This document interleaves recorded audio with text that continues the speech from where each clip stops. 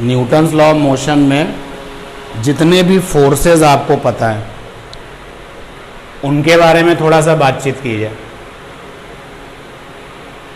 अब जैसे आप बहुत सारे फोर्सेस के बारे में जानते हैं, लेकिन कुछ ऐसे हैं जिनको आप जानते तो हो लेकिन जितना अच्छे तरीके से जानना चाहिए हो सकता है वो ना पता हो। जैसे एक फोर्स होता है टेंशन वाला फोर्स। तो बात करते हैं Newton's law of motion, NLM, N for Newton, L for law, M for motion. और इसमें हम सबसे पहले बात कर रहे हैं टेंशन वाले फोर्स की। टेंशन वाला फोर्स, इसके बारे में आप क्या जानते हो? हिंदी में इसको तनाव वाला फोर्स यानी कि बल कहते हैं। तो टेंशन वाले फोर्स के बारे में आपको क्या पता है? सबसे पहला पॉइंट, ये हमेशा स्ट्रिंग में होगा। इट इज फोर्स इन रस्सी। रस्सी मतलब स्ट्रिंग। तो अगर कहीं पर रस्सी होगी, अगर कहीं पर स्ट्रिंग होगी तो ये वाला फोर्स होगा। It is force in string, पहली बात। और ये रस्सी में लगने वाला फोर्स है, तो रस्सी को हमेशा क्या किया जाएगा? कंप्रेस किया जाएगा या खींचा जाएगा? हमेशा खींचा ही जाएगा। रस्सी का कंप्रेस होने का तो कोई चांस है ही नहीं। तो जब रस्सी को खींचा जाएगा तो ये टेंशन वाला फोर्स डेवलप हो जाएगा। और जो ये टेंशन वाला फोर्स है, इसकी डायरेक्शन क्या होती है? भाई ये फोर्स रस्सी में डेवलप होगा, एक बात आपको ये बता दी गई। दूसरा, ये जो स्ट्रिंग वाला फोर्स है, ये डायरेक्शन में कैसा होता है ये भी बताइए। ये रस्सी में होता है और रस्सी हमेशा खींची जाती है, कभी कंप्रेस तो की नहीं जाती है। तो इसकी डायरेक्शन कैसी होती है? अपवर्ड। और एक आंसर आ रहा है अपवर्ड, और जिस डायरेक्शन में उसको खींचा जाता है। और रस्सी वाले फोर्स की जो डायरेक्शन है वो कैसी होती है, ध्यान देना। जो लिखा जा रहा है उसको समझने की पहले कोशिश करना।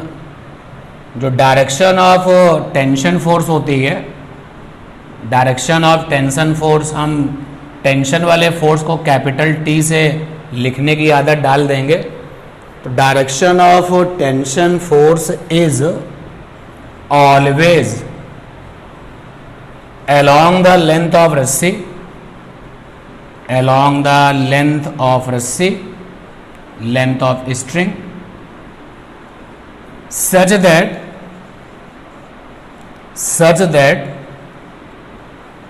it मतलब tension force,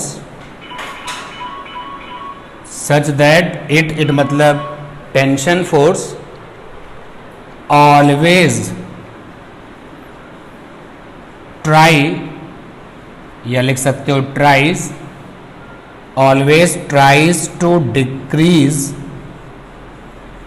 the length of रस्सी, the length of रस्सी। डायरेक्शन को लेकर के जो बोर्ड पर लिखा गया है उसको आप 2 से 3 बार जब पढ़ेंगे तो ये थोड़ा थोड़ा बात समझ में आएगी। फिर जब हम इसको साथ में आपके समझाने की कोशिश करेंगे तो पूरी तरीके से समझ में आएगी कि रस्सी वाला फोर्स हमेशा along द लेंथ ऑफ रस्सी होता है। जैसे देखो, अगर रस्सी ऐसी है तो रस्सी कैसी है? वर्टिकल। तो टेंशन वाला फोर्स कैसा होगा? वर्टिकल। अगर रस्सी ऐसी है तो रस्सी कैसी है? हॉरिजॉन्टल। तो टेंशन वाला फोर्स कैसा होगा? हॉरिजॉन्टल। अगर रस्सी ऑब्लिक है, तिरछी है, तो रस्सी वाला फोर्स कैसा होगा? ऑब्लिक। यानी जो लिखा गया है कि direction of tension force is always along the length of रस्सी, ये हमेशा along the length of the string होगा। और जो उसके आगे लिखा है वो सबसे इंपॉर्टेंट बात है। इट माने टेंशन फोर्स, ऑलवेज ट्राइज, हमेशा कोशिश करता है। क्या कोशिश करता है? कि डिक्रीज द लेंथ ऑफ रस्सी, जरा ध्यान देना। मैं यहाँ टेंशन वाले फोर्स को दिखाता हूं, ये देखो, ये रहा टेंशन फोर्स को दिखाने का तरीका। नाउ चेक कर लो, क्या ये टेंशन वाला फोर्स रस्सी की लंबाई को कम करना चाहता है? तो टेंशन वाला फोर्स हमेशा अलोंग द लेंथ ऑफ रस्सी होता है और ये हमेशा ये कोशिश करता है कि रस्सी की लंबाई को क्या कर दें, कम कर दें। और जब तुम इस बात को वहां पे रिप्रेजेंट करोगे, जब तुम इस बात को वहां पर दिखाओगे, चलो इस बात को अब यहां पर ऐसे दिखाते हैं, ध्यान देना, बताना गलत किया कि सही किया। ये मैंने फोर्स का तीर लगाया और यहां लिखा ये टेंशन है, बोलो क्या ये सही है गलत है? क्यों? टेंशन वाला फोर्स हमेशा रस्सी की लंबाई को क्या करता है, कम करने की कोशिश करता है, तो यानी ये गलत है, रॉन्ग हो गया। तो सही क्या होगा? चलो अब सही बना लेते हैं कि टेंशन वाला फोर्स हमेशा रस्सी की लेंथ के अलोंग होगा और उसकी ये कोशिश होती है कि वो रस्सी की लंबाई को क्या कर दे, कम कर दे। अब वो कम कर पाता है या नहीं कर पाता है, अभी इसके बारे में बात मत करो, बट वो कोशिश यही करता है, कोशिश वो यही करता है कि रस्सी की लंबाई को क्या कर लिया जाए, कम कर लिया जाए। अब जरा देखो यहां पर दिखाते हैं, टेंशन वाला फोर्स हमेशा रस्सी की लंबाई के अलोंग होता है और ये कोशिश करता है कि लेंथ ऑफ द रस्सी को क्या कर दिया जाए, कम। ऐसे आपको आदत बनानी पड़ेगी। पहला पॉइंट, टेंशन फोर्स हमेशा और हमेशा रस्सी में होता है और इसकी जो डायरेक्शन होती है, ये कभी टेंशन वाला फोर्स कभी रस्सी से 30 डिग्री नहीं बनाएगा। बात पे ध्यान दो, टेंशन वाला फोर्स कभी रस्सी से 30 डिग्री नहीं बनाएगा। क्यों नहीं बनाएगा? क्योंकि ये अलोंग द क्या होता है, रस्सी। आप जरा देखो, ये जो टेंशन वाला फोर्स है ये रस्सी से कितना एंगल बना रहा है, 0, और ये जो टेंशन फोर्स है ये भी कितना बना रहा है, 0। सिमिलरली ये जो टेंशन है रस्सी से कितना बना रहा है, 0। तो टेंशन वाला फोर्स हमेशा और हमेशा रस्सी के अलोंग होता है। इसका मतलब ये है कि टेंशन वाला फोर्स रस्सी के साथ कितना एंगल बनाता है, 0। और आप इसको जब कभी रिप्रेजेंट करें तो कैसे रिप्रेजेंट करें? ऐसे रिप्रेजेंट करें, आपका जो डायग्राम है वो इस तरीके से दिखाई दे कि इसने रस्सी की लंबाई को क्या की है, कम करने की कोशिश की है। अब अगर कोई आपको डाउट हो तो बताइए, मैं एक डायग्राम और बनाता हूं, ध्यान देना, गौर करना भाई। ये एक रस्सी है,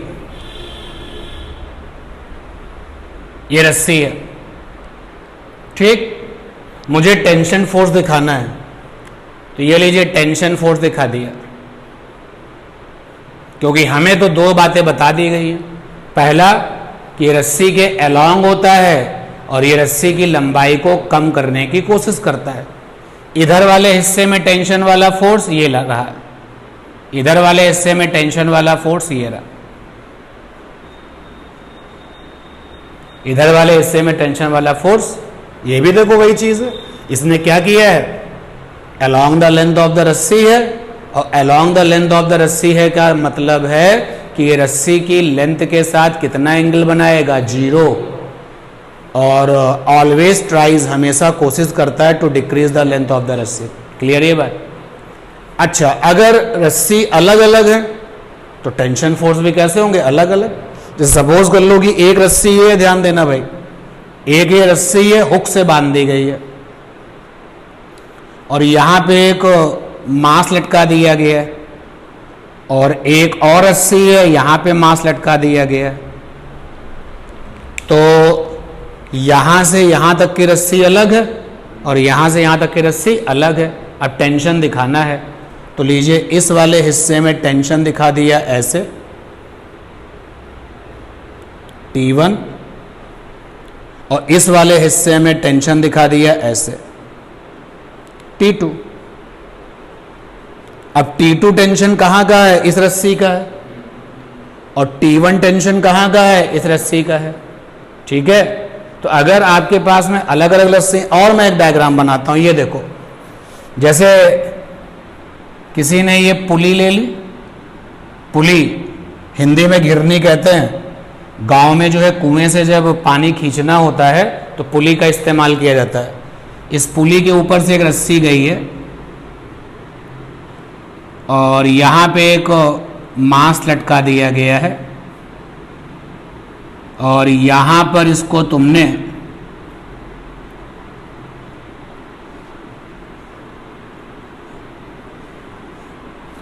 जो है ताकत से इसको नीचे खींचा है। तुम्हारा वाला फोर्स ये है, F माने तुम्हारा वाला फोर्स। अब मुझे टेंशन दिखाना है, तो इस वाले हिस्से में टेंशन वाला फोर्स ये दिखाया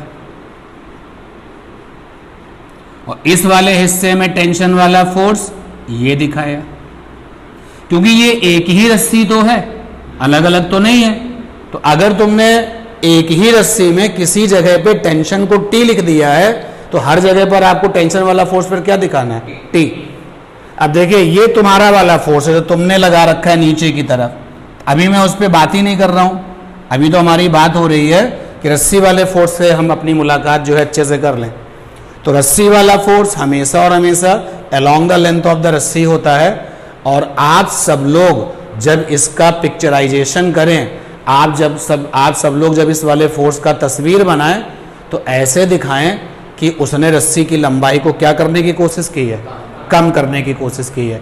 जनरली हम लोग इसको T से लिखते हैं और अगर अलग अलग रस्सियां हैं, अलग अलग स्ट्रिंग्स हैं, तो एक हिस्से में T1 है, दूसरे में T2 है, फिर T3 है, ऐसे एंड सो ऑन। क्लियर है बात? कहीं कोई मन में कोई बात हो, डाउट हो तो बताओ मुझे। क्लियर? तो नोट कर सकते हैं आप। तो टेंशन फोर्स की ABCD हम जान चुके हैं। अब बात करते हैं स्प्रिंग फोर्स की। स्प्रिंग फोर्स, स्प्रिंग फोर्स की बात करते हैं भाई। आप में से अगर स्प्रिंग फोर्स के बारे में किसी को कुछ पता हो तो बताएं। देखो एक तो नाम से ही पता चल रहा है कि ये हमेशा कहां मिलेगा, स्प्रिंग में मिलेगा, ये कंफर्म हो गया। और स्प्रिंग अगर हम यहां पर दिखाएं तो ध्यान देना भाई, स्प्रिंग दिखानी है, ये रहा स्प्रिंग, ये स्प्रिंग हो गई। तो पहला पॉइंट ये हो गया कि स्प्रिंग फोर्स एक ऐसा फोर्स है जो कहां पाया जाता है, it is a force in spring. पहला पॉइंट तो यही हो गया। अच्छा अब आप सोच समझ के आंसर देना, स्प्रिंग को खींचते हो या स्प्रिंग को दबाते हो? आंसर है दोनों काम करते हैं। अरे बोलो, दोनों काम करते हैं। अरे यार वो जो सिंपल सी पंच स्टेपलर जो होता है ना, जब स्टेपलर में आप पिन लोड करते हो तो खींचते हो ना स्प्रिंग को, और कहीं कहीं पर आप स्प्रिंग को दबाते भी हो, ठीक है ना। तो स्प्रिंग को दबाना भी पॉसिबल है, स्प्रिंग को खींचना भी पॉसिबल है। रस्सी को हमेशा क्या किया करते हैं, केवल खींचते हैं।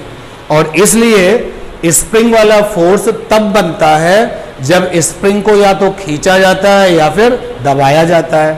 तो दूसरा पॉइंट यहां पर ये हो गया कि इट फॉर्म, ये तब पैदा होता है, फॉर्म माने पैदा होना, व्हेन स्प्रिंग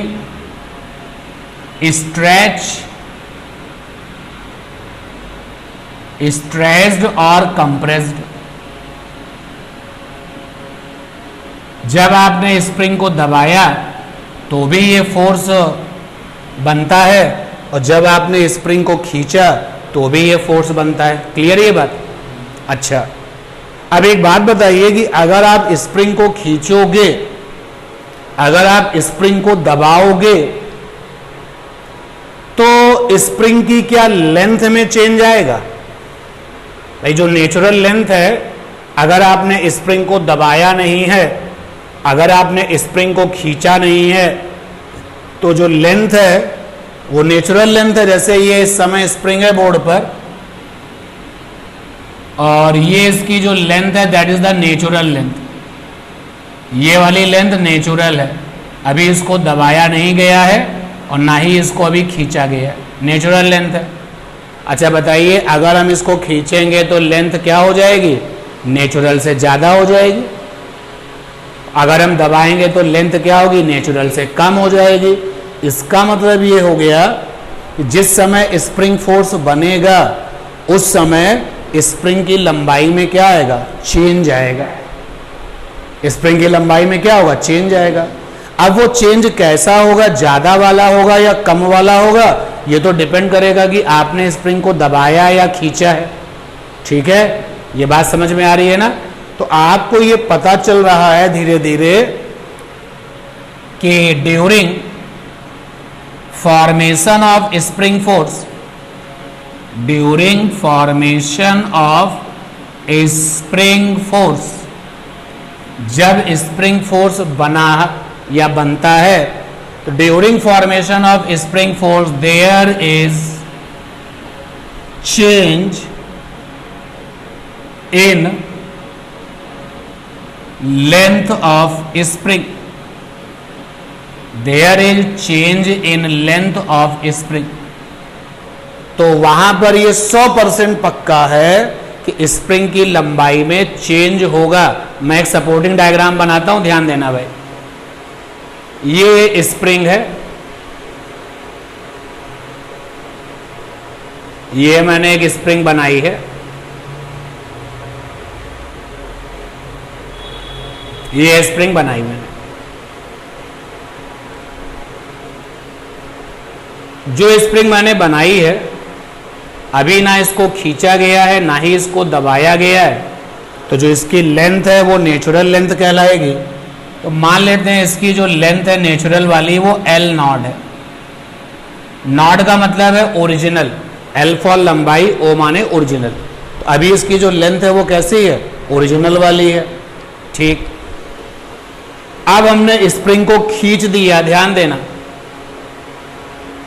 हमने स्प्रिंग को खींच दिया। तो बताओ भाई स्प्रिंग की लंबाई में कितना चेंज आया, ये चेंज आया, यही चेंज तो आया। अब सोच के बताओ कि ये चेंज कैसे निकलेगा। तो अब कितनी लेंथ है, मान लेते हैं L है, तो चेंज बराबर क्या हो जाएगा, L माइनस L नॉट। और बच्चों इस चेंज को हम x लिखा करेंगे, क्या लिखा करेंगे, x। ठीक, और आगे देखो, बात अभी खत्म नहीं हुई है। हमने स्प्रिंग को दबा दिया,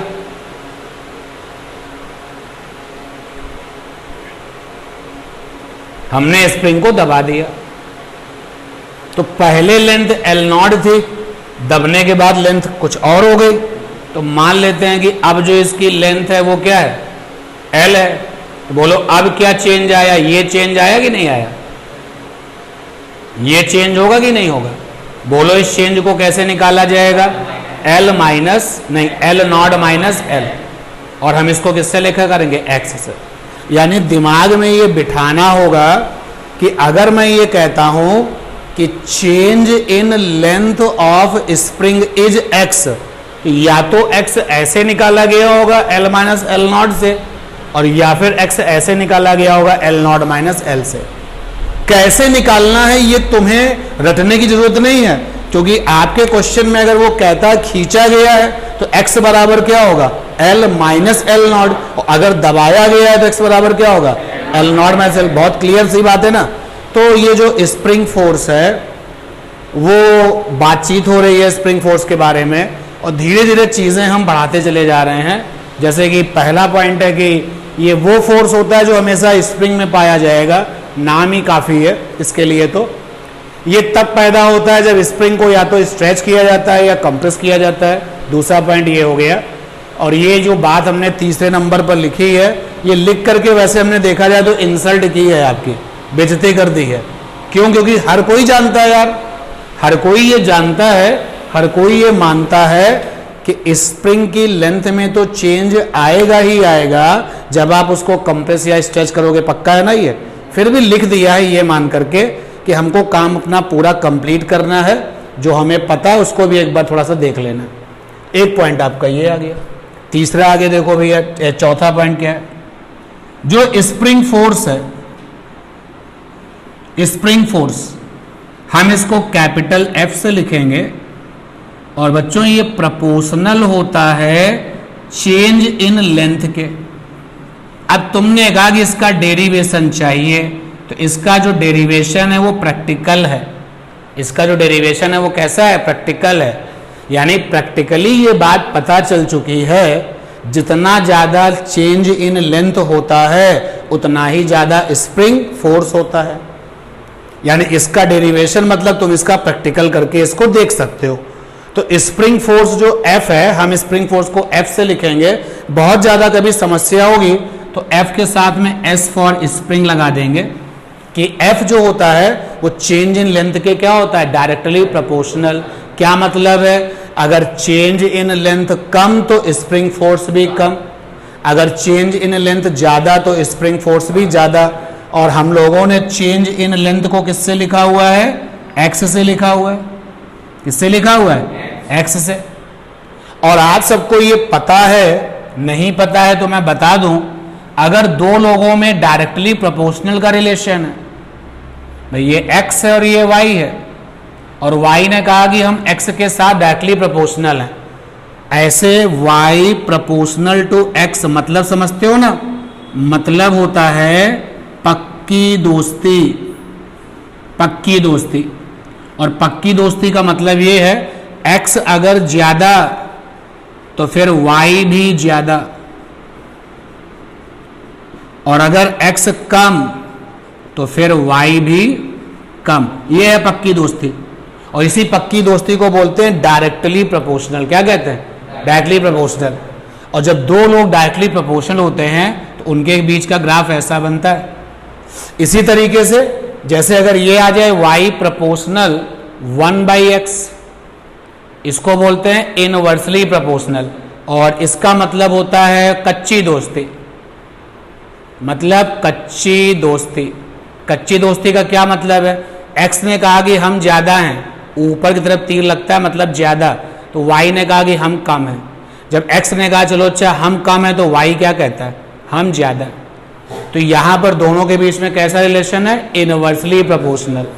और जब इनवर्सली प्रोपोर्शनल होता है तो y और x में जो ग्राफ बनता है वो कैसा बनता है? ये। और इस शकल के ग्राफ को बोलते हैं हाइपरबोला। क्या कहते हैं? हाइपरबोला। ये सीधी लाइन दिखाई दे रही है। आप जरा देखो भाई, स्प्रिंग फोर्स और चेंज इन लेंथ में पक्की दोस्ती है, कच्ची दोस्ती है? स्प्रिंग फोर्स और चेंज इन लेंथ में कैसी दोस्ती है? पक्की दोस्ती है। यानी कि स्प्रिंग फोर्स और चेंज इन लेंथ का अगर हम ग्राफ बनाएंगे तो ग्राफ कैसा बनेगा? सीधी लाइन। और वैसा ही जैसा कि आप देख पा रहे हो। तो ये साइड में जो बातें बताई गई हैं वो रफ वर्क है। अच्छा, आपको अब ये भी पता है, अगर हम प्रोपोर्शनलिटी हटा दें, भाई प्रोपोर्शनलिटी हटाते हैं तो क्या आता है? इक्वल आता है। और जब इक्वल आता है तो साथ में कांस्टेंट भी तो आता है। ये आदत तो आपकी यहां वाली थोड़ी ना, बहुत पुरानी हैबिट है। अगर हम प्रोपोर्शनलिटी हटाएंगे तो साइन बनेगा इक्वल का और साथ में आएगा कांस्टेंट। और यहां पर हम कांस्टेंट को k से लिख रहे हैं, k, और साथ में ये x। तो क्योंकि ये कांस्टेंट किसकी बातचीत में आया है? स्प्रिंग की बातचीत में आया है, इसलिए इस k को बोलते हैं spring constant. k is called spring constant. अब ये स्प्रिंग कांस्टेंट किन बातों पर निर्भर करता है, किन बातों पर डिपेंड करता है? ये एक अभी का क्वेश्चन नहीं है, ये बाद का क्वेश्चन है कि ये जो स्प्रिंग कांस्टेंट है ये किन बातों पर डिपेंड करता है। फिर भी मैं जवाब दे देता हूं, ये डिपेंड करता है स्प्रिंग में इस्तेमाल होने वाले मटेरियल पर। अगर स्प्रिंग में आपने इस्तेमाल किया है एल्यूमिनियम, तो एल्यूमिनियम का स्प्रिंग कांस्टेंट अलग होगा। अगर आपने स्प्रिंग बनाई है कॉपर से तो उसका के अलग होगा। तो ये जो स्प्रिंग कांस्टेंट है ये मटेरियल टू मटेरियल क्या करता है? डिपेंड करता है। ठीक है ना? तो फिलहाल इस पर बात नहीं करते हैं। तो ये आ गया स्प्रिंग कांस्टेंट। जैसे तुमने स्प्रिंग कांस्टेंट के को जाना तो तुम्हारा एक छोटा सा क्वेश्चन है, वो कहता है कि dimension of spring constant, dimension of spring constant, spring constant की डायमेंशन बताओ क्या होती है। तो अब हम स्प्रिंग कांस्टेंट को जान चुके हैं कि k से लिखा जाता है और k की वैल्यू कितनी होगी? F by x. अब फोर्स की डायमेंशन क्या होती है? तो फोर्स की डायमेंशन हम बताते हैं MLT माइनस 2 होती है। और x क्या है? एक प्रकार की लंबाई है। x माने लेंथ, लेंथ की डायमेंशन L होती है। L से L कट गया तो डायमेंशन क्या आ गई? MT minus 2। तो डायमेंशन जो हम लोग पहले पढ़ चुके हैं उसमें हम लोगों ने स्प्रिंग कांस्टेंट की डायमेंशन उस समय हमने केवल रटी हुई थी। क्या आया? MT माइनस 2 आएगा, L नहीं आएगा। सही कह रहे हो आप। अब आप लोग बताएं, डायमेंशन क्लियर है आपको? आप बताओ, डायमेंशन जानते हो ना? डायमेंशन बहुत डिटेल में नहीं जानते, लेकिन आपने डायमेंशन कुछ लोगों की याद रखी हुई है। फोर्स की डायमेंशन क्या होती है? MLT minus 2। जानते नहीं हो तो बताओ, आप जानते हो नहीं जानते हो? नहीं जानते हो तो आप इस क्वेश्चन को स्किप कर दो, ठीक है ना? अगर आप नहीं जानते हो तो स्किप कर दो। जो लोग जानते हैं उनके लिए ये क्वेश्चन सिंपल सा है। तो एक तो आपका स्प्रिंग कांस्टेंट की डायमेंशन केवल उनके लिए जिन्होंने डायमेंशन पढ़ा है, जिन्होंने नहीं पढ़ा है अभी वो इसको क्या कर दें, छोड़ दें, ठीक है? यहां तक आ गए भाई, स्प्रिंग कांस्टेंट और स्प्रिंग फोर्स आ गया, ठीक। अब यहां पर बात करनी चाहिए डायरेक्शन ऑफ स्प्रिंग फोर्स क्या होता है। देखो, पहला वाला पॉइंट बताता है कि ये फोर्स स्प्रिंग में पाया जाता है, स्प्रिंग फोर्स। दूसरा पॉइंट ये बताता है कि ये फोर्स तब प्रकट होता है, ये फोर्स तभी आएगा जब या तो स्प्रिंग को खींचा गया हो या फिर दबाया गया हो। तीसरा पॉइंट ये बताता है कि जब भी स्प्रिंग में ये वाला फोर्स बनेगा तो ड्यूरिंग द स्प्रिंग फोर्स, जब स्प्रिंग फोर्स बनेगा तो 100% या तो आपकी 100% जो चेंज इन लेंथ है स्प्रिंग की वो बदलेगी। और यहीं पे हमने कसम खा ली है कि हम स्प्रिंग की चेंज इन लेंथ को किससे लिखेंगे? एक्स से लिखेंगे। कॉमन सेंस अपना लगा लेना, कहां पर एक्स कैसे निकलेगा, ठीक। इसके बाद में फिर ये जो लास्ट वाला पॉइंट, अभी सेकंड लास्ट का जो पॉइंट है, ये प्रैक्टिकल है। अगर आप इसका मुझसे डेरिवेशन मांगोगे तो डेरिवेशन नहीं है इसका, क्योंकि ये एक प्रैक्टिकल बात है कि प्रैक्टिकल करके ये देखा जा सकता है कि spring force directly proportional to change in length. Clear ये बात? उसके बाद प्रोपोर्शनलिटी हटाई तो कांस्टेंट आता है, क्योंकि ये कांस्टेंट स्प्रिंग की कहानी में आया है और इसको हम K से लिखते हैं और K यहाँ पर नाम में स्प्रिंग कांस्टेंट है। एक छोटा सा पॉइंट वो भी था जो कि डायमेंशन पढ़ चुके हैं उनके लिए, केवल जिनका डायमेंशन नहीं पढ़ा हुआ वो स्किप कर सकते हैं। तो स्प्रिंग कांस्टेंट की डायमेंशन आ गई MT-2, ठीक। और सबसे लास्ट में जो पॉइंट है वो ये कि स्प्रिंग फोर्स की डायरेक्शन क्या है, डायरेक्शन ऑफ स्प्रिंग फोर्स। भाई टेंशन फोर्स की डायरेक्शन पे बात की थी हम लोगों ने, तो स्प्रिंग फोर्स की डायमेंशन क्या है? सुनो, स्प्रिंग फोर्स की डायरेक्शन हमेशा along the length of spring होती है, यानी बिल्कुल कैसे? टेंशन की तरह से। स्प्रिंग फोर्स की डायरेक्शन हमेशा along the length of spring होती है और opposite to the applied effort होती है, opposite to the applied effort. मैं अपनी बात को समझाने के लिए एक डायग्राम बनाता हूं, गौर करना। ये स्प्रिंग है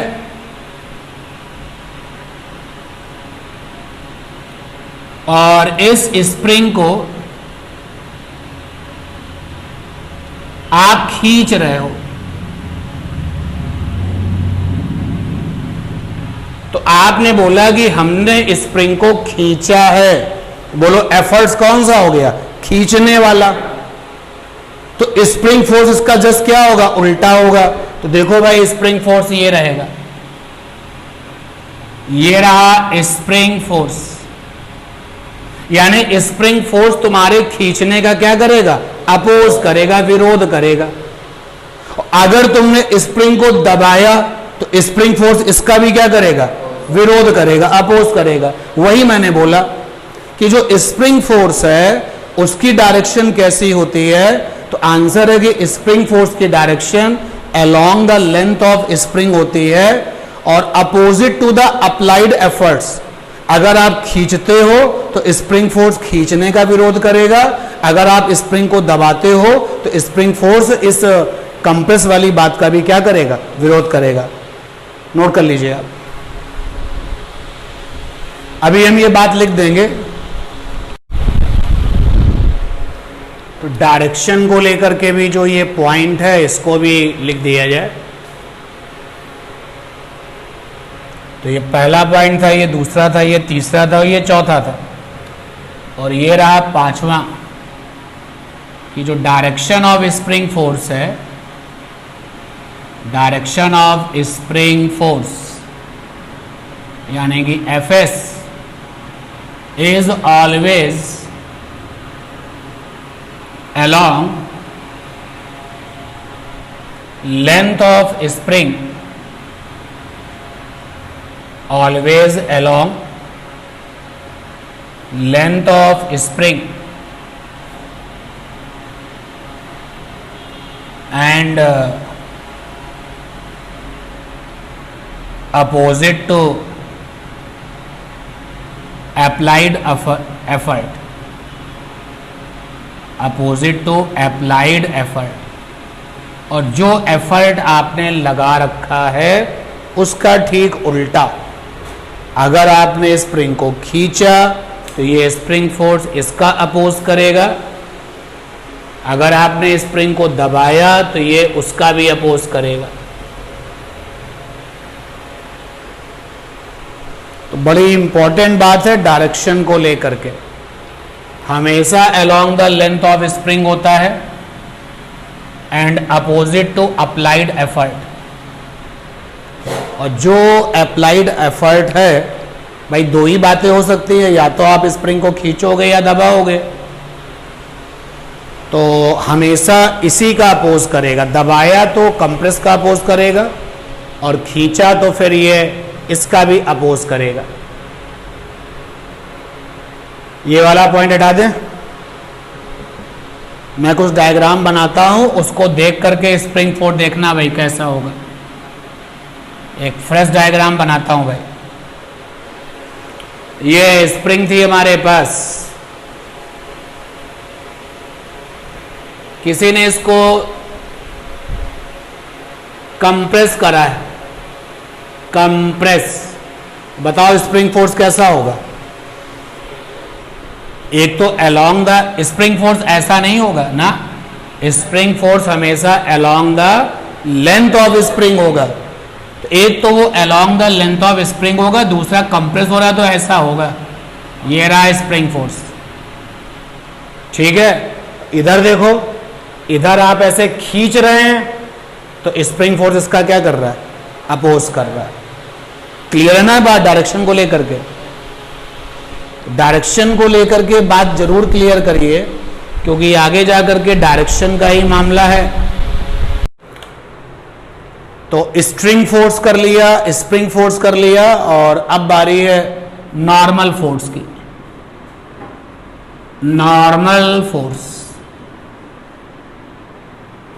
नॉर्मल फोर्स, तो ये क्या होता है भाई। आंसर है कि जब दो बॉडीज एक दूसरे को टच करती हैं तो उनके बीच में ये फोर्स बनता है। यानी पहली बात जो इंपॉर्टेंट है वो ये है कि when two bodies make contact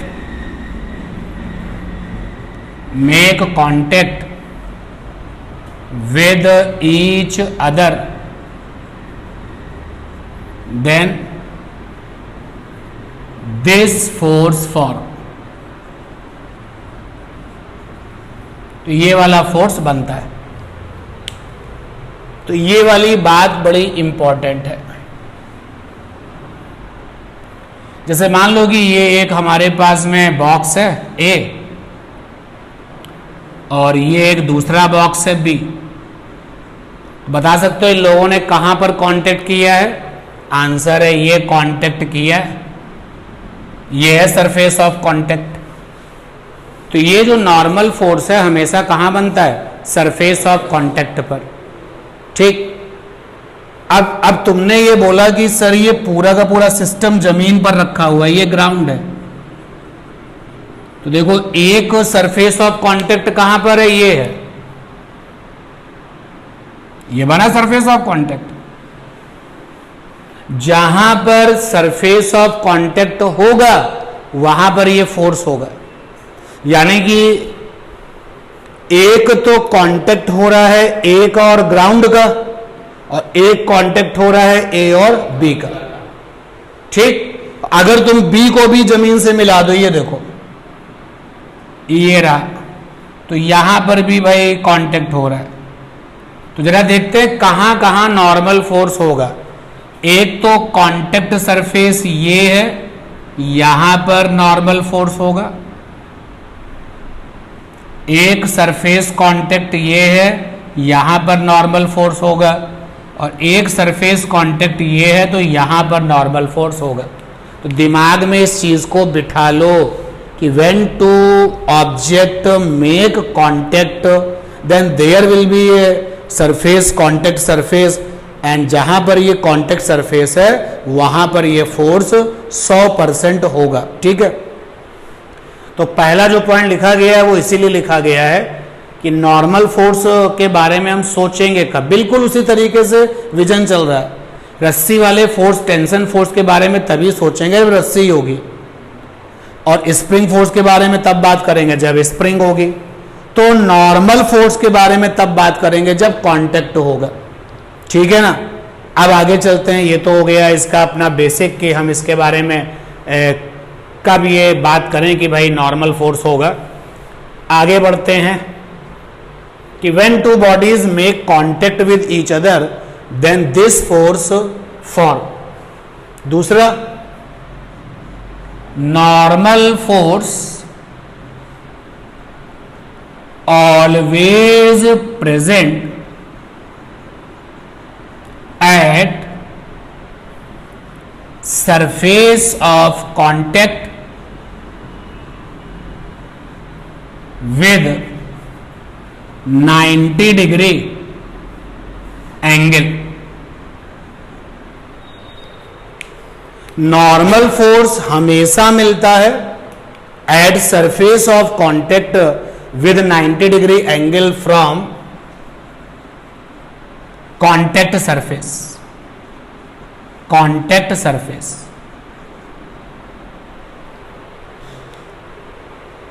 जो कांटेक्ट वाली सरफेस है ये हमेशा और हमेशा इससे 90° बनाएगा। ध्यान देना भाई, ये रहा ग्राउंड, ये रहा बॉक्स। बोलो कांटेक्ट कहां हुआ, यहां हुआ, तो नॉर्मल फोर्स कांटेक्ट वाली सरफेस से कितना बनाएगा, 90। देखो ये एक तिरछे प्लेन है, एक झुका हुआ प्लेन है, और हमने यहां पर एक ब्लॉक रख दिया है। सरफेस ऑफ कांटेक्ट कहां हुआ, यहां हुआ, तो नॉर्मल फोर्स हमेशा सरफेस ऑफ कांटेक्ट से कितना बनाएगा, 90 बनाएगा। तो जो लिखा गया वो यही लिखा गया। चेक कर रहे थे रिजल्ट को कि नॉर्मल फोर्स हमेशा प्रेजेंट होता है at surface of contact with 90° angle from contact surface. Clear. अब ये डायरेक्शन में कैसा होता है, डायरेक्शन में कैसा होता है, ये डायरेक्शन में ऐसा होता है कि जिस पर ये लगता है हमेशा उसको दबाता है। इसको जरा समझना, ये बात बड़ी इंपॉर्टेंट है। यहां पे जो नॉर्मल फोर्स है ना वो इसके पास भी होगा, ग्राउंड के पास भी होगा। किन लोगों ने कांटेक्ट किया है, ग्राउंड और बॉक्स। तो नॉर्मल फोर्स ग्राउंड के पास भी होगा और नॉर्मल फोर्स बॉक्स के पास भी होगा। यहां पर देखो, यहां पर किन लोगों ने कांटेक्ट किया है, इसने और इसने, इस झुके हुए प्लेन ने, इसने। तो नॉर्मल फोर्स इस झुके हुए प्लेन के पास भी होगा और इसके पास भी होगा। सपोज कर लो नॉर्मल फोर्स मेरे ऊपर है तो मुझे दबाएगा, उसकी नेचर ऐसी होगी। नॉर्मल फोर्स जिसके ऊपर लगता है वो हमेशा उसको दबाता है। यानी कि अगर मैं इस ब्लॉक को ए नाम दे दूं और ग्राउंड को जी नाम दे दूं तो नॉर्मल फोर्स ए को क्या करेगा, दबाएगा, और नॉर्मल फोर्स जी को क्या करेगा, दबाएगा। यहां पर अगर देखो इस झुके हुए प्लेन को मैं एस नाम दे दूं, इस बॉक्स को मैं जेड नाम दे दूं, तो नॉर्मल फोर्स क्या करेगा, जेड को दबाएगा और एस को भी क्या करेगा, दबाएगा। तो नॉर्मल फोर्स हमेशा जिस पर भी लगता है वो हमेशा कंप्रेसिव नेचर का होता है। मैं इस बात को लिखता हूं कि डायरेक्शन ऑफ नॉर्मल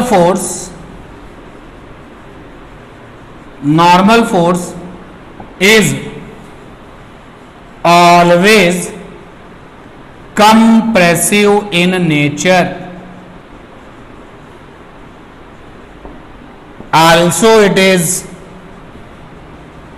म्यूचुअल, और ये परस्पर होता है। मतलब अगर मार्कर ने डस्टर के साथ कांटेक्ट किया तो नॉर्मल फोर्स डस्टर पे भी होगा, नॉर्मल फोर्स मार्कर पर भी होगा। ये म्यूचुअल है, ये म्यूचुअल का मतलब है, और हमेशा कंप्रेसिव नेचर का होता है। तो जानते हो दिखाने का तरीका क्या है कि आप इस फोर्स को दिखाएं कैसे? तो तरीका ये होता है कि जहां पर कांटेक्ट सरफेस है ना, वहां पर दो फोर्सेस बना दिया करो दबाने वाले, कंप्रेस वाले। ये देखो हो गया कंप्रेस वाले। अब जरा देखो ये वाला तीर किसको दबा रहा है, ग्राउंड को। तो ये नॉर्मल फोर्स है ग्राउंड पर, और ये वाला तीर किसको दबा रहा है, तो ये नॉर्मल फोर्स है एक पर। ऐसे दिखाते हैं, यानी जहां पे कांटेक्ट सरफेस है ना वहां पे 90 डिग्री के दो उल्टे तीर लगा दो, और फिर उल्टे तीर लगाने के बाद देखो कौन किसको दबा रहा है, वो उसी का नॉर्मल फोर्स है। जरा एक पॉइंट और देखना भी है, ध्यान देना इधर। ये एक बॉक्स है, ये एक और बॉक्स है, ये एक और बॉक्स है, ये जी फॉर ग्राउंड है, जमीन है, और एक बॉक्स ये है। इस बॉक्स का नाम ए है, इसका नाम बी है, इसका नाम सी है, इसका नाम डी है। अब जरा देखो फटाफट कांटेक्ट सरफेस देखना, क्या ये दोनों कांटेक्ट है? तीर लगा दो ऐसे और ऐसे। बोलो ये वाला तीर किसको दबा रहा है, तो इस वाले नॉर्मल का नाम होगा, ये नॉर्मल हो किसके ऊपर हो, ए पर, और किसके साथ कांटेक्ट बना रहे थे, बी के साथ। अभी वो छोड़ देते हैं, मतलब जिसके ऊपर ये नॉर्मल फोर्स है उसका नाम लिख दिया। बोलो ये वाला फोर्स तीर किसको दबा रहा है, तो ये नॉर्मल फोर्स किस पर हो गया, बी पर। अब देखो इन दोनों लोगों ने भी मेक कांटेक्ट किया ना, तो यहां पे तीर बना दो ऐसे। देखो ये वाली बात भी 100% सही चल रही है। जो हमारे तीर बन रहे हैं वो सरफेस के साथ कितने डिग्री पर हैं, तो 90 डिग्री वाली बात भी रखना भैया जी। तो अब आप देखिए भैया, ये वाला तीर किसको दबा रहा है, सी को, तो ये हो गया नॉर्मल फोर्स सी पर, और ये वाला तीर किसको दबा रहा है, बी को, ये हो गया नॉर्मल फोर्स बी पर। ठीक, फिर इन लोगों ने भी तो कांटेक्ट बनाया है ना, तुरंत जो है तीर बनाओ, दबाने वाले तीर बनाओ, कंप्रेस वाले तीर बनाओ। ये वाला तीर किसको दबा रहा है, सी को, ये नॉर्मल हो गया सी पर, ये किसको दबा रहा है, ये नॉर्मल हो गया डी पर। देखो ना, देखो चेक कर लो। ओके, अब डी और जी के बीच में तो कांटेक्ट चल रहा है ना, तो यहां पर भी दो तीर लगा लो। ये वाला तीर किसको दबाएगा, जमीन को, एन ग्राउंड, जी फॉर जमीन, ये किसको दबा रहा है, ठीक है। अच्छा, ऐसे भी तो कंप्रेस होता है कि नहीं होता है, कोई चीज क्या ऐसे दबा नहीं सकते, दबा सकते हैं ना ऐसे। तो नॉर्मल फोर्स की जो डायरेक्शन है उसको कैसे आप बनाओगे, देखते हैं तीसरा पॉइंट, कि direction of normal force is always compressive in nature. सीधी सी बात, तुमसे आकर के स्कूटर ने शिकायत की कि उसके ऊपर नॉर्मल फोर्स है, समझ जाओ वो नॉर्मल फोर्स स्कूटर को क्या कर रहा होगा, दबा रहा होगा, चला नहीं रहा होगा। यानी नॉर्मल फोर्स जिसके ऊपर होता है वो हमेशा उसको क्या करता है, दबाता है। ये इंपॉर्टेंट बात है, ठीक है। जैसे हमने बोर्ड पर धक्का दिया, कांटेक्ट बन गया, तो बोर्ड पर जो नॉर्मल फोर्स है वो बोर्ड को दबाएगा और मेरे हाथ में जो नॉर्मल फोर्स है वो मेरे हाथ को दबाएगा। क्लियर है ना ये बात? तो इसको बहुत अच्छे से आप क्लियर करो। आपने बैग टांग लिया, आपने अपना स्कूल बैग टांगा, तो स्कूल बैग की जो ये आपकी बेल्ट होती है वो आपके कंधों को दबाती है। तो जो आपके कंधों को दबा रहा है वो क्या है? नॉर्मल फोर्स कंधों का। और बेल्ट, चूंकि मेक कांटेक्ट हुआ ना, तो बेल्ट पर भी तो एक फोर्स लग रहा होगा, और जो फोर्स बेल्ट को दबा रहा है वो नॉर्मल फोर्स किसका हो गया? बेल्ट का। लास्ट फाइनली मैं बोल दूं कि जिसके ऊपर नॉर्मल फोर्स होता है वो हमेशा उसको क्या करता है? दबाता है। और तरीका यही है कि आप कांटेक्ट पॉइंट पर 2 तीर लगा दें 90 डिग्री पर, और 2 छोटे छोटे तीर लगाने के बाद में सिचुएशन को देख लें, जो जिसको दबा रहा है उसी का नॉर्मल फोर्स है। नोट कर सकते हैं आप। तो नॉर्मल फोर्स को लेकर के मैं कुछ डायग्राम और बनाता हूं।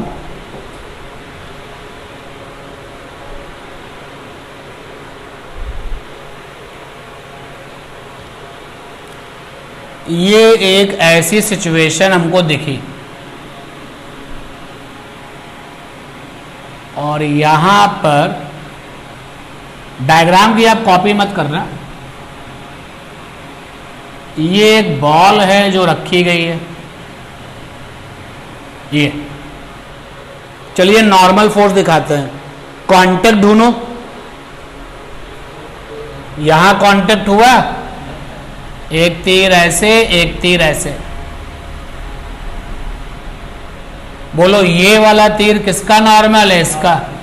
अगर इसका नाम BAL बॉल है और इसका नाम है, ये है आपकी सरफेस A, तो ये वाला एरो किसके ऊपर है? बॉल के ऊपर है। और ये वाला एरो किसके ऊपर है? A के ऊपर है।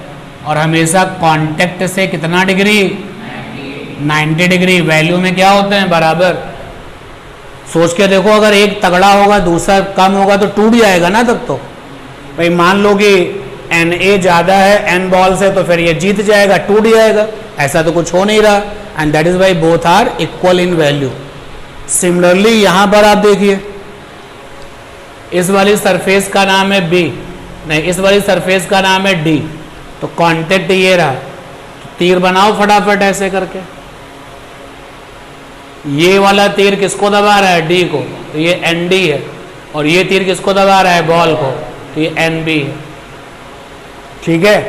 तो नॉर्मल रिएक्शन फोर्स या नॉर्मल फोर्स हमेशा तब बनता है जब कांटेक्ट होता है। जब 2 ऑब्जेक्ट कांटेक्ट करते हैं तो जो कांटेक्टिंग सरफेस होती है ये हमेशा वहां बनता है, और कांटेक्ट सरफेस के साथ हमेशा 90 डिग्री के एंगल पर बनता है और म्यूचुअल होता है।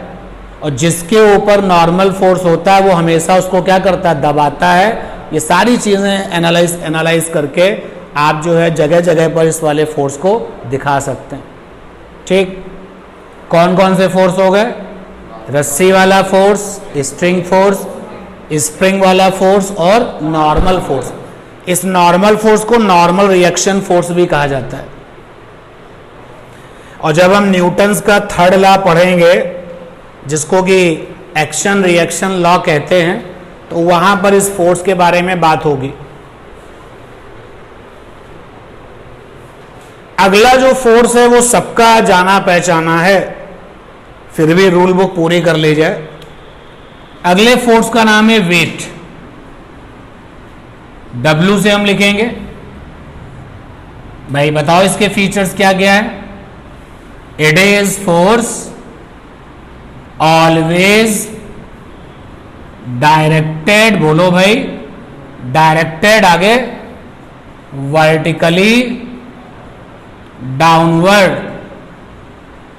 ये वेट वाला फोर्स हमेशा नीचे की ओर काम करता है। जैसे हमने एक बॉक्स रख दिया तो वेट नीचे की ओर, हमने बॉक्स यहां रख दिया, वेट वर्टिकली नीचे की ओर। यानी वेट ने कसम खा रखी है कि ये हमेशा कैसे काम करेगा, नीचे की ओर, वर्टिकली डाउनवर्ड, चाहे जैसी सिचुएशन हो। अच्छा, दूसरा वेट निकालते कैसे हैं भाई, वेट W बराबर M इंटू जी। M क्या है भैया जी, mass, and what is G, gravity. हाँ, अगर आप अर्थ में है तो ये ग्रेविटी किसकी, अर्थ की। अगर आप चंद्रमा पर हैं, मून पर, तो ग्रेविटी किसकी, मून की। अगर आप जो है किसी अदर प्लेनेट पर हैं तो ग्रेविटी किसकी। और अर्थ की जो ग्रेविटी है वो कितनी होती है, 9.81, समटाइम्स यू से 10 मीटर पर सेकंड स्क्वायर। तो वेट के बारे में बहुत कुछ नहीं है, ये हमेशा वर्टिकली नीचे की ओर काम करता है। और वैल्यूज की फार्मूला वैल्यू क्या है, W बराबर mg, नोट कर लीजिए। आगे मूव करते हैं भाई। आप मोमेंटम जानते हो ना, मोमेंटम,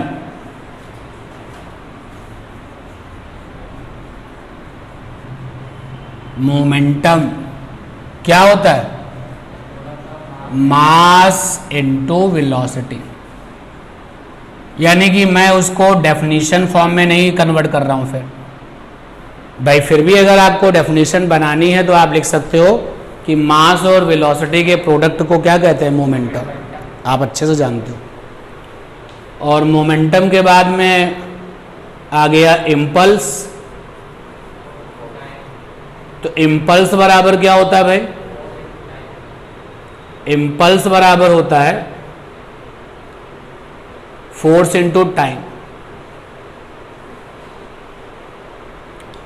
तो ये दो चीजें आपको अच्छे से पता है। अब जो मैं पूछ रहा हूं उसका जवाब बहुत सोच समझ के देना।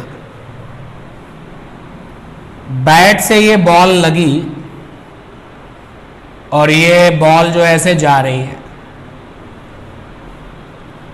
और ये जो प्लेयर है क्या इसको कैच कर लेगा या कैच करने की कोशिश करेगा, आंसर है हाँ।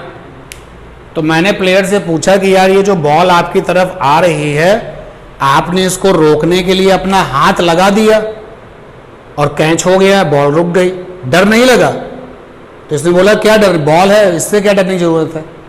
यानी इस प्लेयर ने बोला कि जो बॉल उसके पास आ रही थी उसने उसको हाथ लगा के रोक लिया और कैच कर लिया। इसी तरीके से ये एक ट्रक है, ये चला जा रहा है, मैंने इस प्लेयर से कहा कि जरा रोको इसको, तो बोलो क्या ये रोकेगा, कहेगा नहीं। क्यों डर गया भाई, बॉल को रोकने की उसके अंदर हिम्मत है, लेकिन मोशन करते हुए ट्रक को रोकने की हिम्मत नहीं है। इसी क्वेश्चन का आंसर लेने की कोशिश करो, आखिर क्यों डर गया वो। क्योंकि बॉल का मास कम है और ट्रक का मास, और जिससे वो डर गया उसका नाम है इनर्सिया। उसका नाम क्या, इनर्सिया। इनर्सिया क्या होता है, इनर्सिया एक ऐसी प्रॉपर्टी होती है जो अपने में कोई भी स्टेट है, जैसे इस बॉल का स्टेट है चलना, ये ट्रक का स्टेट क्या है, चलना, ये इनकी अवस्था है। ये ट्रक चल रहा है, ये इसकी अवस्था है। ये बॉल चल रही है, ये इसकी अवस्था है। और अगर एक ट्रक रुका हुआ है, ये देखो ये रुका हुआ ट्रक है और ये रुकी हुई गेंद है, तो इसी प्लेयर से हमने बोला कि तुम इस रुकी हुई गेंद को चला दो, उसने कहा कोई प्रॉब्लम नहीं, एक किक मारा, चल दिया गेंद। फिर मैंने इसी से बोला जरा इस रुके हुए ट्रक को चला दो, डर गया।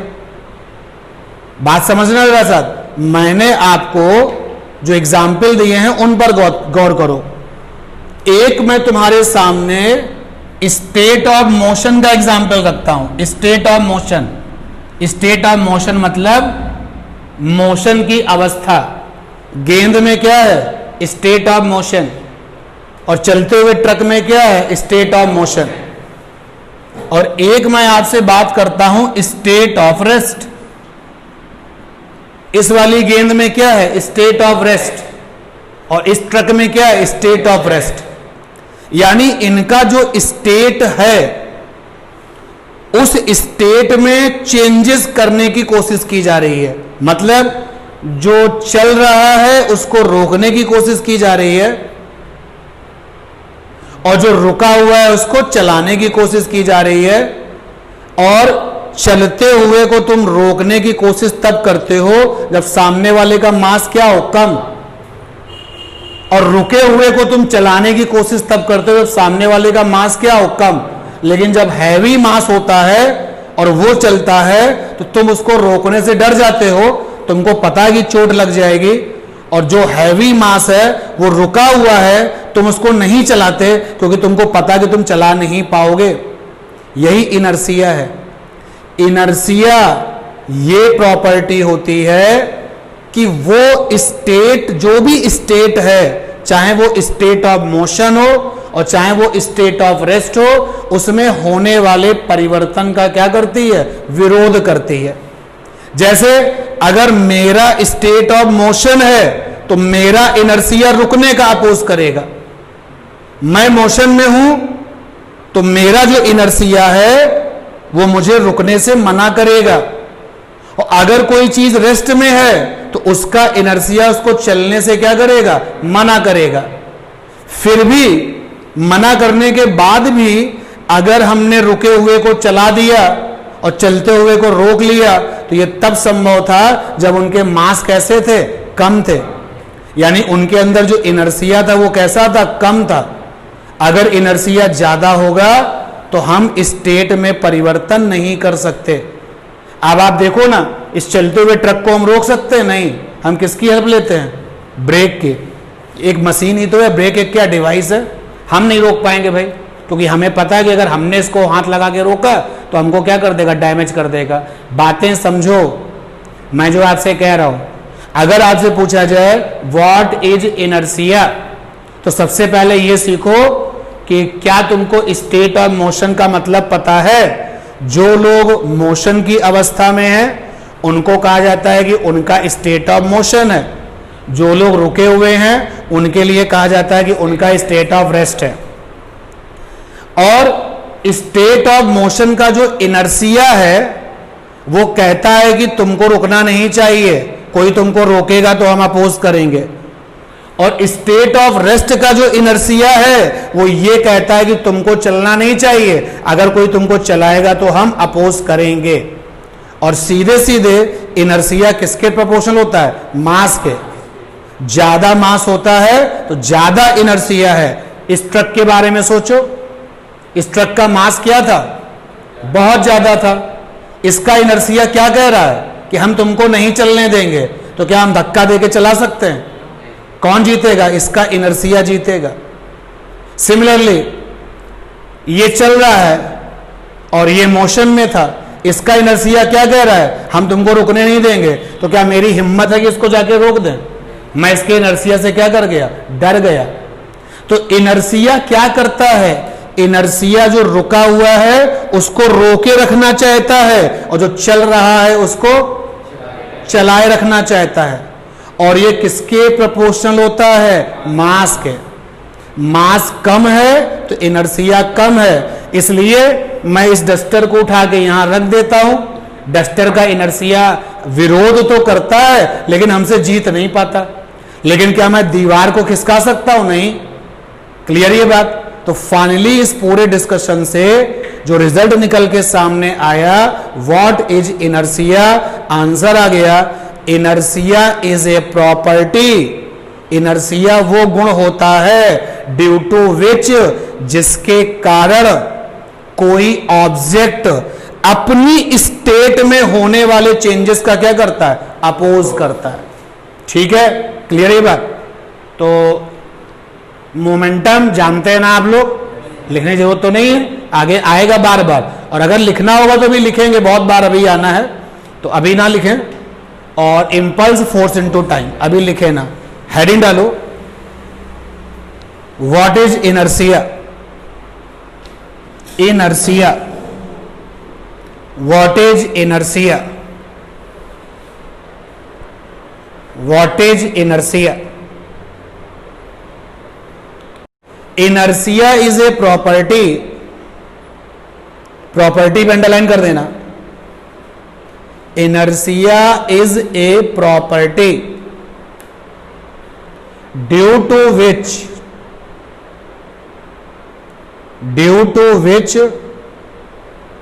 it opposes external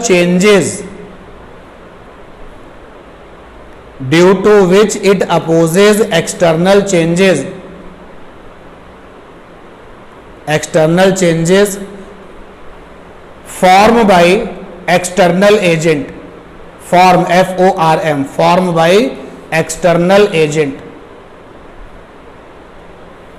क्या लिखा हुआ है समझ के बता दो। इनर्सिया वो गुण है जिसके कारण ये बाहर से होने वाले चेंजेस का क्या करता है? अपोज करता है। और हम यहां पर जो चेंजेस जिनके बारे में हम पढ़ेंगे वो ये दो लोग हैं। अब इनर्सिया जो स्टेट ऑफ मोशन में मिलेगा उसको क्या बोलेंगे? Inertia of motion. और वो इनर्सिया जो यहां मिलेगा उसको क्या बोलेंगे? Inertia of rest. तो नेक्स्ट लाइन पर आ जाइए, बिल्कुल नेक्स्ट लाइन पर। पहला point, inertia of rest confirm, inertia of rest confirm state of rest. यानी जो रेस्ट वाला इनर्सिया है वो ये पक्का करता है कि तुमको रोके रखना है हमें, ठीक है। और सेकेंड नंबर है इनर्सिया ऑफ मोशन कन्फर्म, क्या कन्फर्म करता है? State of motion. हां, अगर कोई एक्सटर्नल एजेंट इससे लड़ने आता है तो इनर्सिया लड़ता है, और अगर हैवी मास हुआ तो जीत जाएगा और कम मास हुआ तो हार जाएगा। रुकी हुई साइकिल को तुम आसानी से चला सकते हो ना, क्योंकि साइकिल का मास क्या है? कम है। तो यहां पर एक चीज और प्रैक्टिकली समझ में आती है, इनर्सिया प्रोपोर्शनल टू मास। जिनका इनर्सिया ज्यादा है उनका मास ज्यादा है, रिवर्स भी कह सकते हो। ज्यादा मास वालों के पास ज्यादा इनर्सिया है, कम मास वालों के पास कम इनर्सिया है। इसलिए चलती हुई ट्रेन को हम हाथ लगा के नहीं रोकेंगे, क्योंकि हमें पता है कि उसका इनर्सिया हमसे ज्यादा ताकतवर है। लेकिन चलती हुई गेंद को हाथ लगा के रोक देंगे, क्यों? क्योंकि हमें पता है कि गेंद का मास हमसे, तो रोक दिया, ठीक है। एक्सटर्नल एजेंट जो है देख करके अपना सारा काम करेगा। ये बात क्लियर हो गई। और यही सारी बातें जो मैंने आपसे कही कि इनर्सिया रुके हुए को रोके रखना चाहता है, इनर्सिया चलते हुए को चलाए रखना चाहता है, जब तक उसके ऊपर बाहर से कोई एक्सटर्नल एफर्ट्स ना किया जाए। बात को फिर समझना, अगर कोई चीज रुकी हुई है तो रुकी ही रहेगी जब तक कि कोई बाहर से उसको चलाने ना आए। अगर कोई चल रहा है तो कभी नहीं रुकेगा जब तक कि कोई बाहर से उसको रोकने ना आए। चलते हुए ट्रक को क्या अपने आप रोक सकते हो? नहीं, ब्रेक लगाना पड़ता है। और यह रुके हुए ट्रक को चलाने के लिए इंजन को काम करना ही पड़ता है। इसी को बोलते हैं Newton's first law of motion. Newton का फर्स्ट लॉ ऑफ मोशन क्या कहता है? सुन लो हिंदी में। अगर कोई ऑब्जेक्ट रेस्ट में है तो वो रेस्ट में ही रहना चाहेगा, अगर कोई ऑब्जेक्ट मोशन में है तो वो मोशन में ही रहना चाहेगा, जब तक कि उसके ऊपर बाहर से एक्सटर्नली एफर्ट्स ना लगाया जाए। अब अगर तुमने एफर्ट्स लगाया और उसका इनर्सिया तुमसे जीत गया तो उसमें कोई चेंज नहीं होगा। अगर उसका इनर्सिया तुमसे हार गया तो चेंज हो जाएगा। क्लियर ये बात? तो अगली हेडिंग डालो आप, Newton's first law of motion. इस बड़ी हेडिंग को कैसे लिखते हैं? ऐसे लिखते हैं,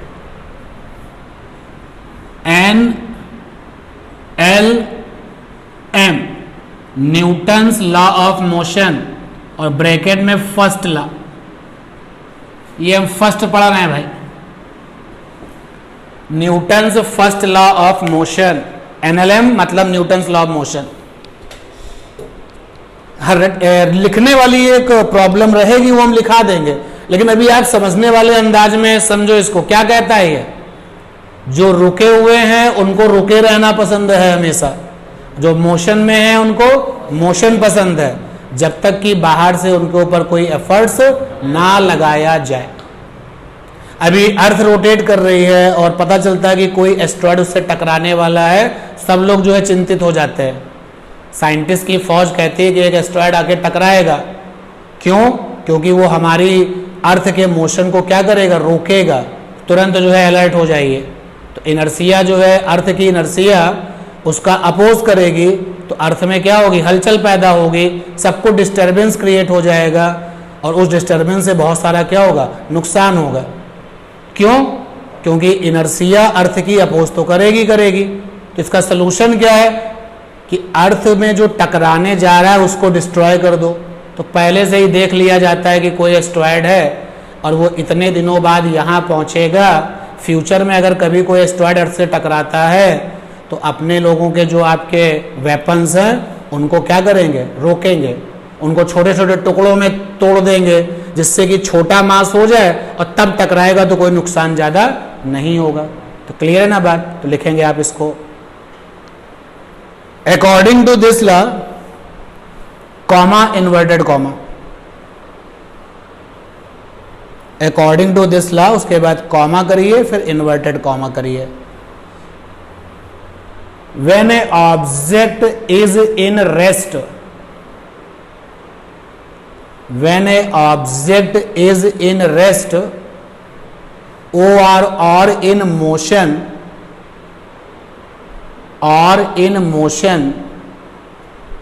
when a object is in rest or in motion, then it will continue in its original state. It will continue in its original state until external efforts not applied over it. Until external efforts not applied over it. फिर inverted comma लगा के full stop करके खत्म कर दो। जो तुमने लिखा उसकी हिंदी भाई यही है, अगर कोई ऑब्जेक्ट मोशन में है, अगर कोई ऑब्जेक्ट रुका हुआ है, तो ये अपनी इस स्टेट को कंटिन्यू करेगा जब तक कि बाहर से उसके ऊपर कोई एफर्ट्स ना लगा दिया जाए। क्लियर ये बात? चलिए अगली हेडिंग डालिए, NLM second, Newton's law of motion second, Newton's law of motion और उसके आगे ब्रैकेट में second, Newton's law of motion और आगे सेकेंड। तो सेकेंड वाला न्यूटन्स लॉ ऑफ मोशन क्या है भाई, देखते हैं।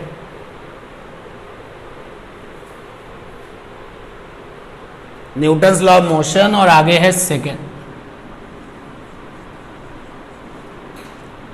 क्या है भाई, देखें,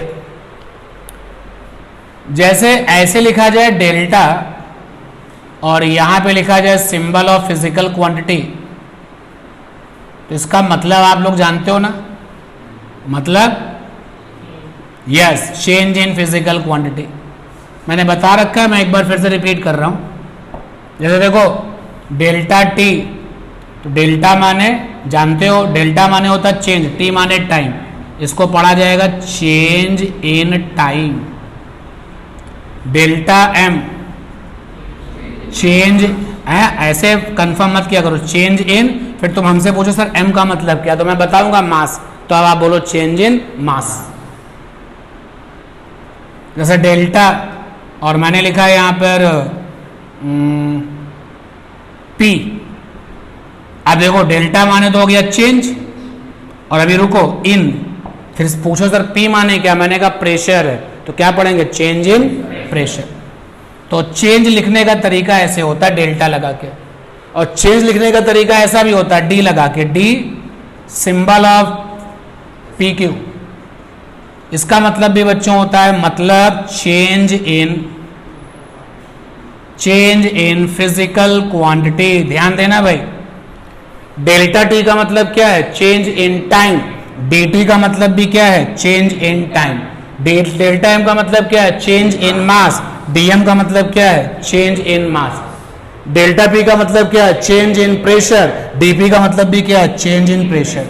लेकिन जब डी लगा के आप लिखते हो चेंज को, तो वो वाला चेंज कैसा होता है? बहुत बहुत बहुत छोटा। जैसे dt का नाम भी है चेंज इन टाइम और डेल्टा टी का नाम है चेंज इन टाइम, तो dt वाला जो चेंज इन टाइम है वो क्या है? बहुत छोटा है। और बहुत छोटे चेंज को इंस्टेंटेनियस कहते हैं। क्या कहते हैं? एंड दैट इज वाई यहां पर मैं मतलब के बाद लिख रहा हूं इंस्टेंटेनियस, या पूरी बात लिख दूं? अच्छा, मतलब और मतलब के आगे इंस्टेंटेनियस। इंस्टेंटेनियस की हिंदी होती है तुरंत, तत्कालिक होता है ना, तत्काल रिजर्वेशन। इंस्टेंटेनियस, आप गए, आपने बोला मुझे इस गाड़ी में रिजर्वेशन दो, आपको मिल गया, ये इंस्टेंटेनियस हो गया। तो फिर से मेरी बात को समझो, डेल्टा टी का नाम है चेंज इन टाइम, dt का नाम है instantaneous change in time. Similarly delta m का नाम है चेंज इन मास और dm का नाम है instantaneous change in mass. Clear है बात? ठीक। तो न्यूटन का सेकंड लॉ क्या कहता है? न्यूटन का सेकंड लॉ ये कहता है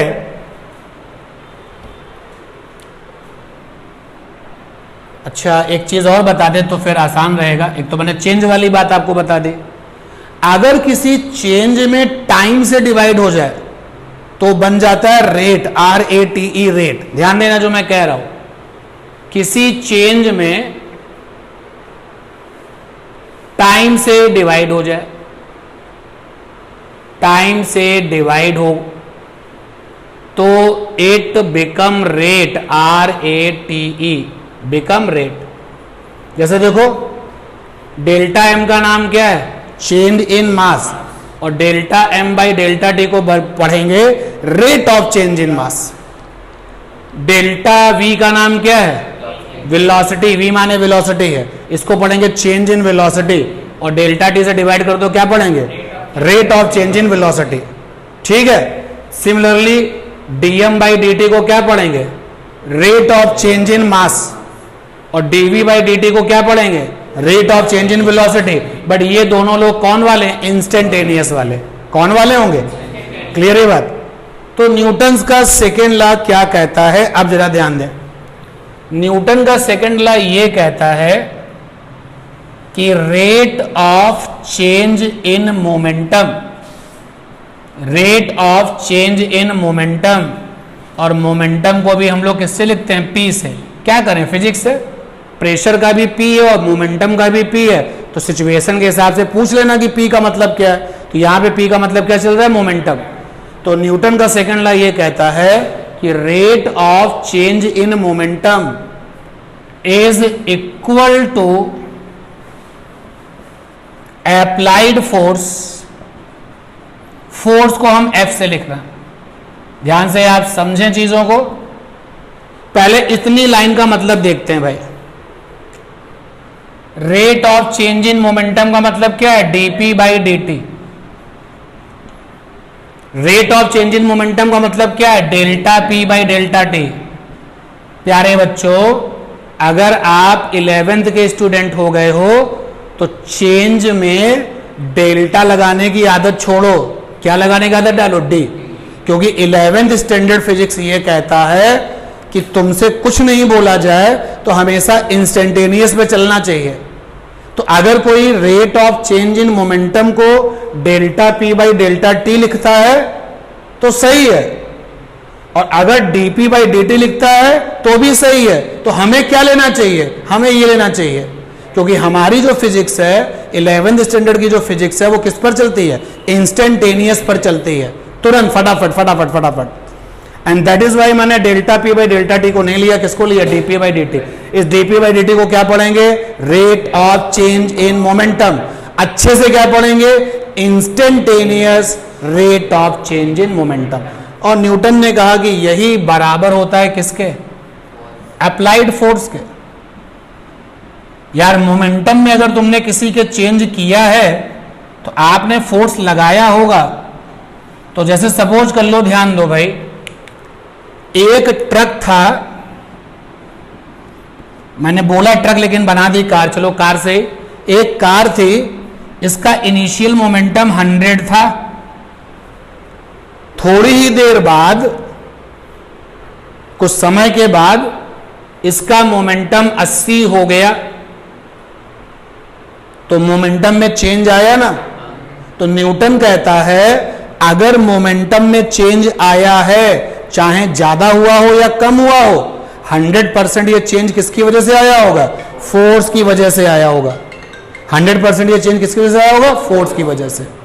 और जो ये फोर्स है, जो फोर्स की वैल्यू है, वो मोमेंटम चेंज के रेट के क्या होती है? बराबर। तो यहां लिख दिया जाए भाई, F बराबर dp बाई डी टी लिखा हुआ है यहां पर। देखते जरा सा मैंने क्या लिख रखा है। इन्होंने कहा कि rate of change in momentum is equal to applied force. Okay, अब देखिए हम जानते हैं, अगर नहीं जानते तो अब देखो लिखने का मौका है। हमें ये पता है कि मोमेंटम P बराबर होता है मास इनटू वेलोसिटी। तो मास m हो गया, वेलोसिटी v हो गई। मास m हो गया, वेलोसिटी v हो गई। तो यहां पे F बराबर आ गया डी डी टी और P की जगह पे क्या आ गया? mv। ठीक, अब यहां पर एक समस्या है, देखते हैं उस समस्या की उस समस्या से हम कैसे निपटेंगे। हम लोगों ने डिफरेंशिएशन पढ़ा है। अब जिन लोगों ने नहीं पढ़ा है वो लोग जरा ध्यान दें। हम लोगों ने डिफरेंशिएशन पढ़ा है, उसमें हमने क्या पढ़ा था कि डिफरेंशिएशन में जैसे ये डी डी टी है, अंदर ये दो लोग हैं, अंदर ये दो लोग हैं। तो अगर कोई कांस्टेंट है तो उसको बाहर कर सकते हो। जैसे मान लो 1 वाला कहता है कि हम कांस्टेंट है, तो आप उसको बाहर कर दो। ठीक, ये उन लोगों के लिए है हमारी बात जिन्होंने डिफरेंशिएशन नहीं पढ़ा है। तो बात को समझें, जिन्होंने पढ़ा वो जानते हैं। अगर डीडीटी के अंदर दो लोग हैं, मान लेते हैं डीडीटी के अंदर दो लोग हैं एक्स और वाई, और तुमने एक्स को बाहर कर लिया, इसका मतलब यह है कि एक्स क्या रहा होगा? कांस्टेंट। और अगर तुमने वाई को बाहर कर दिया तो इसका मतलब है कि वाई क्या रहा होगा? कांस्टेंट। अगर दोनों लोग कांस्टेंट नहीं है तो कोई भी बाहर नहीं जाएगा। चलिए बात करते हैं। हमने कहा कि भाई अगर मास कांस्टेंट हो, ध्यान देना इस पर, इस पॉइंट पर ध्यान देना। अगर m कांस्टेंट है, मास कैसा है? कांस्टेंट।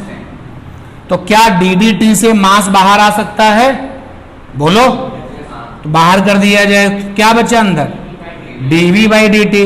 और इसको क्या पढ़ेंगे? dv बाई डी टी को rate of change in velocity. और पन्ने अगर पलटो तो rate of change in velocity को क्या बोलते हैं? एक्सेलरेशन। त्वरण कहते हैं ना। इसको कैसे लिखते हैं? a से। तो लीजिए F बराबर क्या आ गया? ma। ध्यान रखो F बराबर ma तब आया है जब वेलोसिटी मास क्या है? कांस्टेंट। चलते हैं अगले पॉइंट पर, अगले पॉइंट पर चलते हैं। F बराबर, और V बाहर कर लिया, अंदर क्या रह गया? dm by D T. ये क्या सोच के हमने किया होगा? अगर वेलोसिटी कांस्टेंट है, इफ वेलोसिटी कांस्टेंट, या पूरी बात ऐसे लिखा जाए, इफ वेलोसिटी v बराबर कांस्टेंट। अगर वेलोसिटी v कांस्टेंट हो तो ddT से जो है हम v को बाहर कर सकते हैं, तब ये आ जाएगा dm बाई डी टी। इसको क्या पढ़ेंगे? Rate of change in mass. Rocket के केस में ये फंडा चलता है, सोच के देखो। रॉकेट चला, ये देखो रॉकेट चला, तो लगातार फ्यूल खर्च हो रहा है, यानी मास क्या हो रहा है, कम हो रहा है। और रॉकेट जब चलता है तो स्पीड कांस्टेंट से चलता है, फिर धीरे से ये हिस्सा अलग हो गया, मास कम हो गया, फिर आगे गया, मास अलग हो गया, फिर मास अलग हो गया। तो अगर तुम सोचो कि सर वो कौन सा केस है जहां पर वेलोसिटी कांस्टेंट रहती है लेकिन मास बदलता है, तो वो कौन सा केस है, रॉकेट वाला। तो रॉकेट वाले केस में हमारा जो मास है वो कांस्टेंट नहीं होता। लेकिन अगर हम सोचे किनके बारे में, चलती हुई कार के बारे में सोचे, चलती हुई कार चल रही है, इसको यहां से कानपुर से लेकर लखनऊ तक गई, मास बदलेगा, नहीं बदलेगा। तो देखो चलती हुई कार में मास कैसा है, कांस्टेंट। तो कहीं कहीं ये वाला फंडा फिट बैठता है जहां पे मास कांस्टेंट है। अगर मास कांस्टेंट है तो आपका ये फंडा क्या बन जाएगा, F बराबर ma। और कहीं कहीं पर ये वाला फंडा फिट बैठता है जहां पर वेलोसिटी क्या होती है, कांस्टेंट, तो ये बन जाएगा। और कहीं कहीं ऐसा भी होगा जहां पर ना तो ये कांस्टेंट होगा और ना ही ये कांस्टेंट होगा, तो उसका भी तुमको बता दें, ध्यान दो। जो कैलकुलस वाले लोग हैं उनके लिए मुझे कोई टेंशन नहीं है, जिन्होंने कैलकुलस नहीं पढ़ी है उनको जो मैं बात बता रहा हूं ध्यान दो। डीडीटी के अंदर एक्स वाई दो लोग हैं, एक्स ने कहा कि हम कांस्टेंट नहीं हैं, वाई ने कहा हम भी कांस्टेंट नहीं हैं, ठीक है। यहां पर ये जब हुआ था तो एक्स क्या था, कांस्टेंट, और जब ये हुआ था तो वाई क्या था, कांस्टेंट। अब एक्स ने कहा कि भाई हम तो कांस्टेंट नहीं है, और वाई ने कहा हम भी कांस्टेंट नहीं है, तो फंडा होता है इज इक्वल टू, पहले ले लो x और डी डी टी वाई का, फिर प्लस लगा दो, और फिर क्या ले लो y और डी डी टी किसका, x का। चलो ये वाला काम भी कर लें नंबर 3 पर। अगर x और y दोनों ही कांस्टेंट नहीं है तो जरा ध्यान देना, if m, v are not constant, m ने कहा हम कांस्टेंट नहीं हैं, v ने कहा हम भी कांस्टेंट नहीं हैं, तो क्या होगा, तो होगा F बराबर m dv by D T और plus v dm by D T. Newton second law, Newton second law क्या कह रहा है, सुनो और समझो। न्यूटन सेकेंड लॉ ये कह रहा है, अगर कोई तुमको ये बताता है कि मोमेंटम में चेंज हुआ है तो समझ जाओ कि ये मोमेंटम पे चेंज कैसे हुआ होगा, फोर्स की वजह से हुआ होगा। चाहे वो मोमेंटम का चेंज ज्यादा हुआ हो या कम हुआ हो। भाई जैसे सपोज कर लो पहले मोमेंटम 100 था, अब 80 रह गया, तो ये नुकसान हो गया ना, ये तो, लेकिन चेंज तो हुआ। और एक एग्जाम्पल और देखो, अगर पहले मोमेंटम 100 था और अब जो है वो 120 हो गया, तो ये फायदा हो गया। दोनों ही केस में मोमेंटम चेंज हुआ। तो न्यूटन कहता है अगर आपको ये सुनाई पड़े, अगर आपको ये दिखाई पड़े कि मोमेंटम में चेंज हुआ है, तो समझ जाना कि ये किसी ना किसी अप्लाइड फोर्स की वजह से हुआ है। उस अप्लाइड फोर्स की वैल्यू क्या होगी, आंसर है उस अप्लाइड फोर्स की वैल्यू बराबर होगी rate of change in momentum. यानी मोमेंटम चेंज में टाइम से क्या कर दो, डिवाइड कर दो, ठीक है, वो अप्लाइड फोर्स आ जाएगा। उसके बाद में हमने 3 केस पढ़े। पहला वाला केस ये था, केस 1, याद रखना। अगर मैं आपसे पूछूं कि बताओ F बराबर ma फंडा कब लगाते हो, आप बताओगे सर उस समय जब मास कांस्टेंट हो। और फिर ये रहा केस नंबर 2, बताओ ये वाला फंडा कब लगाते हो, आप बताओगे जब वेलोसिटी क्या होती है, कांस्टेंट। और ये वाला फंडा कब लगाते हो, जब दोनों। तो कभी कभी कुछ रॉकेट्स ऐसे होते हैं जिनका वेलोसिटी भी बदलता है और क्या होता है, टाइम भी बदलता है, ठीक है, नोट कर लीजिए।